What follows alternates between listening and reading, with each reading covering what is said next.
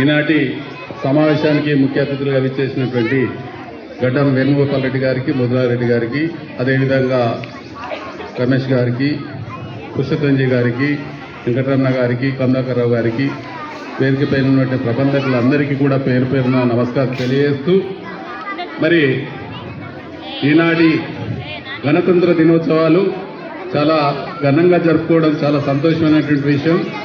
పిల్లలందరికీ కూడా శుభాశీస్సులు తెలియజేస్తూ, అదేవిధంగా పేరెంట్స్ అందరికీ, ప్రధానాచార్యులకు, మాతలకు అందరికీ కూడా పేరు పేరున నమస్కారాలు.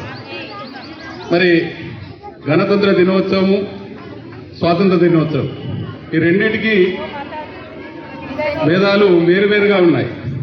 స్వాతంత్రము బ్రిటిష్ వాళ్ళ నుంచి కొట్లాడి తెచ్చుకున్నటువంటి యొక్క స్వాతంత్రాన్ని పొందినటువంటి సంతోషం లోపల మనము స్వాతంత్ర దినోత్సవాన్ని జరుపుకుంటాం.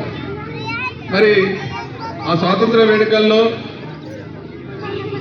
ప్రజాప్రతినిధులు మరియు ఇతరులు అందరూ కూడా జెండా వందనము అందరం కూడా స్వేచ్ఛగా వారు చేసేటువంటిది ఉంటుంది.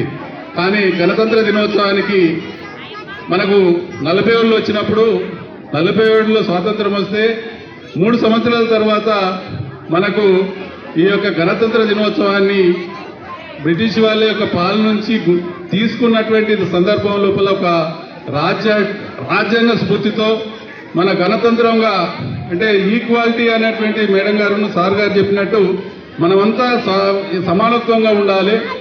మన